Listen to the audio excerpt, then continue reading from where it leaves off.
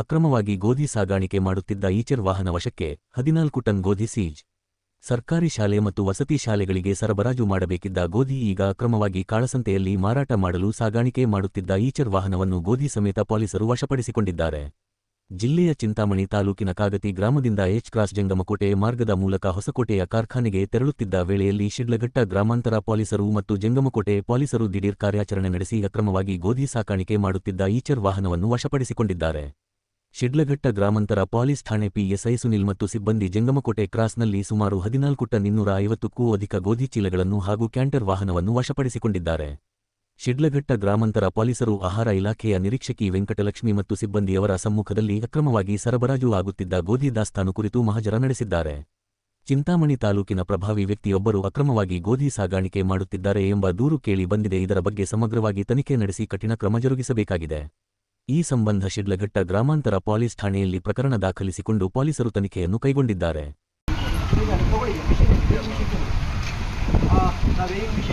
ಒಂದೊಂದು ಮೂಟೆಗಳು ಎಷ್ಟು ಕೆಜಿ ಬರ್ತೈತೆ ಅಂತೇಳಿ ಅದನ್ನು ಸಹ ನಾವು ಪಂಚನಾಮೆಯಲ್ಲಿ ನಾವು ತಗೊಂಡ್ಬರ್ತೀವಿ. ಬನ್ನಿ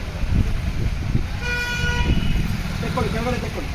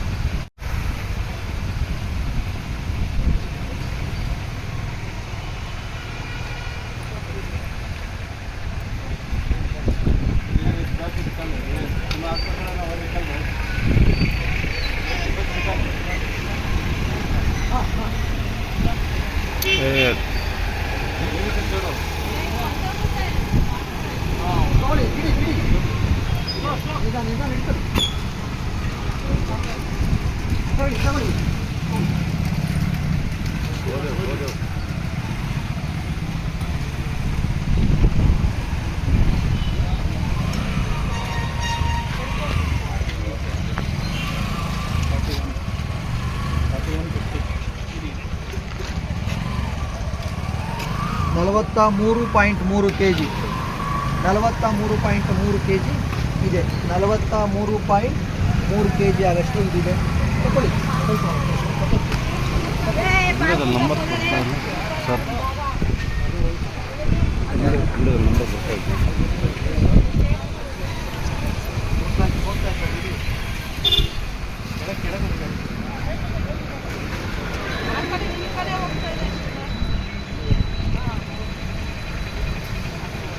ಈ ಕಡೆ ನೋಡ್ತಾ ಇದ್ದೀನಿ. 48.2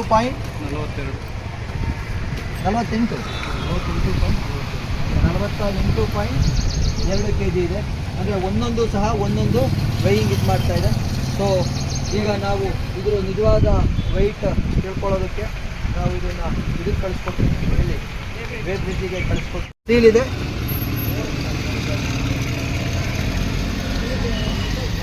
ಏನು ಇಂಡಿಯಾ ಇದು ಅರ್ಧಂಬರ್ಧ ಕಾಣ್ತಾ ಇದೆ. ಏನಿದು? Manufactured in India. Manufactured in India. ಆಮೇಲೆ ನೋ ಹುಕ್ಸ್ ಅಂತ ಸಿಂಬಲ್ಲು ಕಾಣ್ತಾ ಇದೆ. ಇದನ್ನು ನಾವು ನಿಮ್ಮಗಳ ಸಮಕ್ಷ ಎಲ್ಲ ಬ್ಯಾಗಲ್ಲೂ ಅದೇ ರೀತಿ ಕಾಣ್ತಾ ಇದೆ. ಹುಕ್ಕನ್ನು ನಾವು ಯೂಸ್ ಮಾಡಬಾರ್ದು. ನೋ ಹುಕ್ ಅಂತೇಳಿ ಸಿಂಬಲ್ಲು ಮ್ಯಾನುಫ್ಯಾಕ್ಚರ್ಡ್ ಇನ್ ಇಂಡಿಯಾ ಅಂತಿದೆ. ಮತ್ತು ಇಲ್ಲಿ 5100094082 ಅಂತೇಳಿ ಏನಿದು ಒಂದು ನಂಬರ್ ಇದೆ. ಯಾವುದದು? ಮ್ಯಾನುಫ್ಯಾಕ್ಚರ್ 2024-2025 ಆಗಿರೋಂಥದ್ದು ಇದ್ರ ಮೇಲೆ ಇದೆ. ಸೊ ಇದನ್ನು ಪಂಚರ ಸಮಕ್ಷಮ ಮುಂದಿನ ಇದಕ್ಕೋಸ್ಕರ ಇವನ್ನೆಲ್ಲ ಅಮಾನತು ಪಡಿಸ್ಕೊತೀವಿ. ಇದನ್ನ ವೆಯ್ಟ್ಗೆ ಕಳಿಸ್ಕೊಡ್ತೀವಿ ಮೇಡಮ್. ಇದು ಪಡಿತರ ಅಕ್ಕಿನ ಮೇಡಮ್? ಪಡಿತರ ಗೋಧಿ. ಪಡಿತರ ಗೋಧಿ. ಇದನ್ನು ನಾವು ಏನು ಮಾಡ್ತೀವಿ, ನಿಮ್ಮಗಳ ಸಮಕ್ಷಮ ತಗೊಳ್ತೀವಿ.